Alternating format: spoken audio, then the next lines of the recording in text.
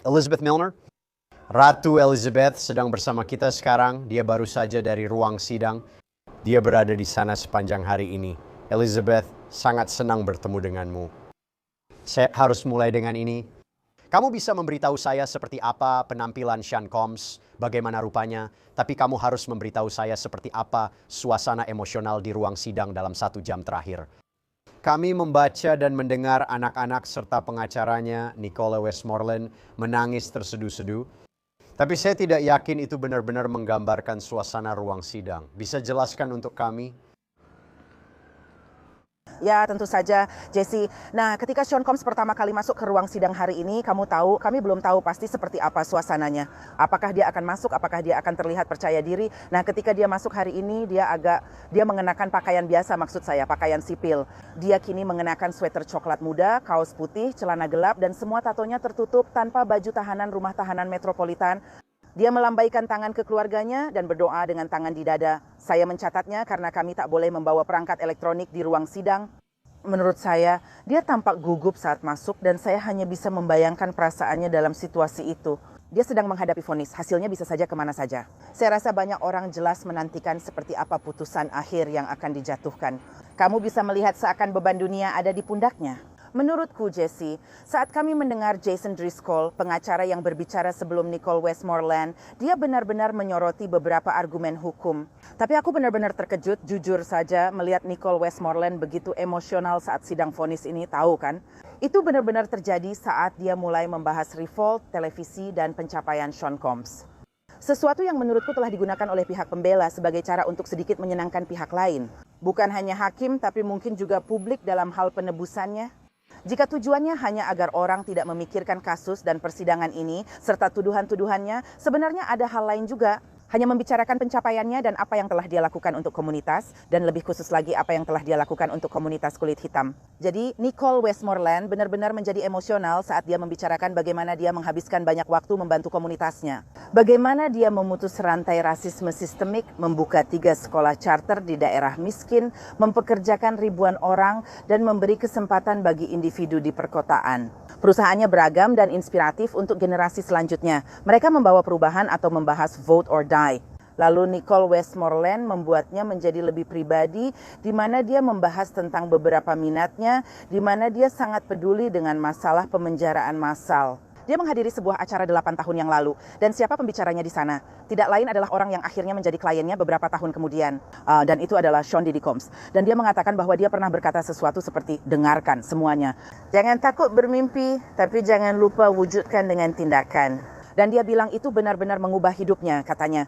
Tuan Combs bukanlah seseorang yang luar biasa. Dia hanya seorang pria yang pernah melakukan kesalahan. Dan kemudian aku rasa air mata benar-benar mulai jatuh ketika anak-anak datang untuk berbicara di podium hari ini. Itu bahkan bukan situasi di mana mereka segera dibawa ke ruang sidang dan langsung mendapat giliran. Itu hanya tindakan sederhana dan santai. Mereka semua naik podium dan berdiri bersama, ada 6 orang tanpa anak ke-7. Tentu, itu Baby Love yang baru 2 tahun. Saya tidak melihatnya di ruang sidang, tapi saya melihat ibunya, Dana Tran, di sana. Semua anak-anak berbaris di podium dekat kotak juri. Dan Quincy Brown berbicara pertama kali, dan menurut saya yang penting untuk dicatat adalah Quincy Brown, ayah kandungnya sebenarnya adalah Albi Shura, yang pernah menjalin hubungan dengan Kim Porter. Mereka pernah bersama. Sean Combs mengadopsi Quincy saat masih kecil. Dan sebelumnya juga sempat ada pembicaraan tentang hubungan antara Quincy Brown dan ayah kandungnya. Terkait yang dibicarakannya saat vonis, dia bilang dia ayah kami. Kami melihat seorang pria yang telah berubah. Minggu demi minggu kami bisa melihat dia berkembang. Ayah kami tidak akan pernah melakukan apapun yang bisa membahayakan kebebasannya sekarang.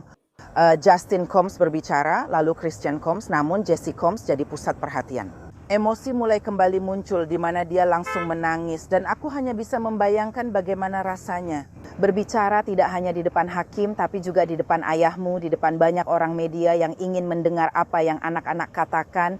Karena meskipun kami melihat mereka di dalam ruang sidang, Jesse, meskipun kami pernah melihat mereka sekilas di kafetaria dan hal-hal seperti itu, ini adalah pertama kalinya. Kita benar-benar mendengar mereka berbicara tentang bagaimana hidup mereka telah dipengaruhi oleh Sean Combs. Kamu tahu tuduhan-tuduhan yang diarahkan kepadanya dan perilakunya, semua hal itu. Tapi mereka bilang sejak awal mereka seperti, kami tidak di sini untuk mencari-cari alasan untuknya, kami tidak di sini untuk membenarkan kesalahannya, kami membutuhkan dia dalam hidup kami. Jesse Combs bercerita tentang bagaimana dia kehilangan ibunya. Ibunya adalah Kim Porter saat dia masih sangat muda, dan bahwa Sean Combs berjanji akan selalu ada untuk menjaga mereka tetap aman. Chance Combs selalu berkata bahwa kami hanya anak-anak perempuan yang butuh ayah kami saat berbicara. Dia berbicara dengan pikiran yang jernih. Sekarang dia lebih sabar, dia penuh pertimbangan, dia ingin menjadi pria yang lebih baik, dia ingin menjadi ayah yang lebih baik. Dia membesarkan adik perempuan kami yang masih 2 tahun dari penjara, dan aku sempat melihat sosok ayah kami, katanya. Adik perempuan kami pantas mendapatkannya, dan cinta itu memang pantas didapatkan oleh adik kami yang berusia 2 tahun. Seorang ayah yang hadir untuk mengajarinya naik sepeda, menidurkannya di malam hari sebelum dia tidur. Itu yang diinginkan semua anak dari orang tua, bukan? Setelah itu, Delilah Combs bicara setelah Chance. Dia mengatakan bahwa kami takut dengan pikiran tidak memiliki ibu dan ayah dalam hidup kami. Dan dia mengatakan bahwa ini adalah tahun-tahun yang tidak akan pernah bisa kami dapatkan kembali. Dia bilang dia tahu kehilangan tahun-tahun itu menyakitkan karena kami kehilangan ibu dan mereka sudah banyak kehilangan. Itu adalah masa ketika kami melihat semua orang menjadi lebih emosional. Dalam hal orang-orang di pihak terdakwa Sean Combs sendiri.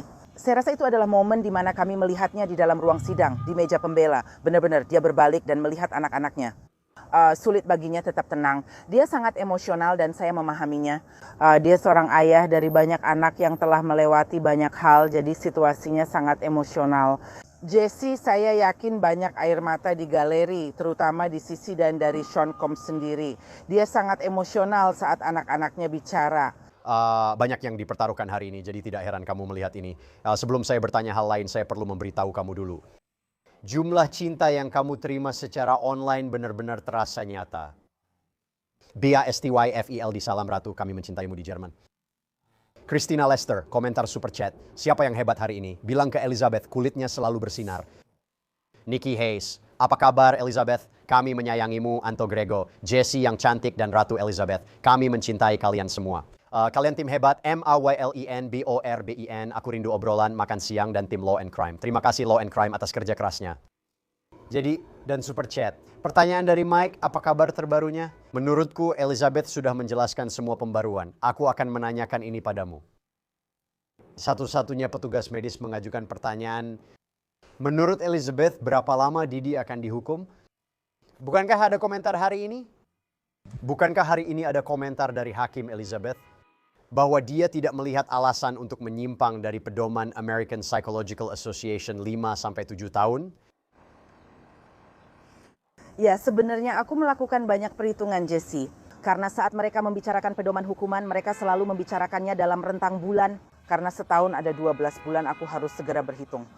Jadi sebenarnya yang dilihat oleh hakim dan rekomendasi pre-sentence report adalah 70-87 bulan. Menurut perhitunganku tanpa kalkulator di ruang sidang kira-kira 6 atau 7 tahun. Jadi aku bisa melihat kemungkinan hukumannya akan berada di kisaran yang lebih tinggi daripada yang mungkin diharapkan oleh pihak pembela menurutku. Terutama dari nada bicara hakim hari ini. Ketika dia menyebutkan bahwa Sean Combs telah berbicara di depan umum tentang kemungkinan melakukan acara berbicara langsung di Miami, menurutku sebenarnya aku tarik kembali ucapanku. Bukan hakim yang menyebutkan hal itu, tapi lebih kepada pihak pemerintah yang secara khusus mengangkat topik tersebut. Karena sepertinya dari pihak pembela, mereka mungkin mengharapkan dia akan dibebaskan hari ini sambil menunggu hasil dari putusan hukuman yang mungkin akan dijatuhkan. Jadi kalau menurut pendapat pribadi saya tidak berpikir hakim akan bersikap lunak hari ini. Dan saya juga tidak tahu apakah pernyataan dampak korban akan berpengaruh. Melihat video yang diputar di dalam ruang sidang, mendengar dari anak-anak Sean Combs, mendengar dari pengacara pembelanya, apakah itu akan mempengaruhi keputusan hakim dengan cara apapun? Saya rasa hakim mungkin sudah membuat keputusannya sendiri. Tapi kalau saya boleh menebak, saya tidak akan meremehkannya. Untuk mendapatkan hukuman di bawah 2 tahun dan mungkin dengan kemungkinan masa tahanan yang sudah dijalani dihitung, itu hanya 1 tahun lagi di penjara dan kita akan lihat seperti apa hasilnya setelah putusan itu akhirnya dijatuhkan yang akan terjadi nanti sore. Tentu saja, mungkin saja. Ya, kami juga punya pertanyaan dari Rebecca L. Maaf jika sudah dijawab, tapi apa yang dikenakan Didi hari ini?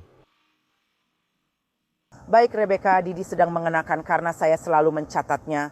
Apapun pakaiannya di dalam, dia selalu memakai sweater coklat muda, kaos putih, dan hari ini celana panjang gelap, berbeda dari saat terakhir saya lihat di ruang sidang. Itu sidang minggu lalu saat dia hadir mengenakan baju tahanan rumah tahanan metropolitan. Jadi warnanya masih agak mirip, tapi kali ini dia jelas mengenakan pakaian sipil, berbeda dengan sidang minggu lalu. Dan omong-omong, pengungkapan bahwa Mia yang merupakan salah satu korban dalam kasus ini mengklaim bahwa Sean Combs telah melakukan pelecehan seksual terhadapnya. Dia seharusnya beri pernyataan hari ini. Dia telah memberikan surat kepada pengadilan. Pihak pembela keberatan dia memberikan pernyataan di pengadilan. Dia tidak ingin berbicara hari ini. Maksud saya, bisakah Anda berbicara kepada kami tentang pengungkapan itu juga? Itu terjadi di awal hari.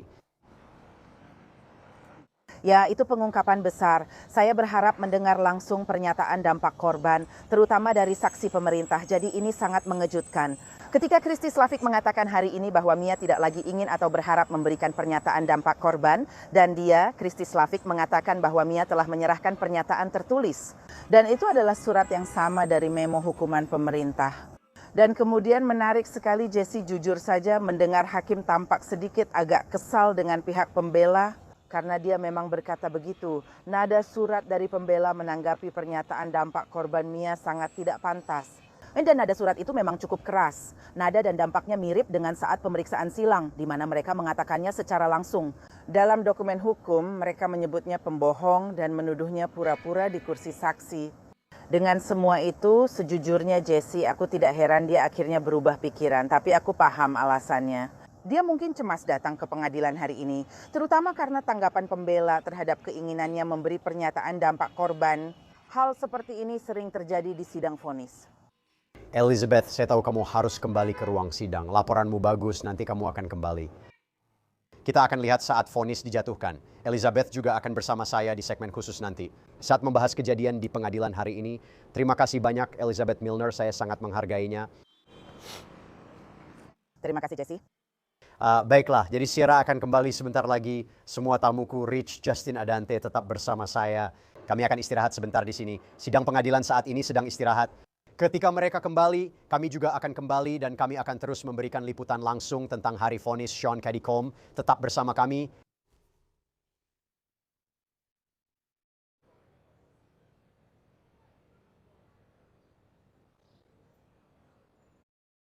Ya.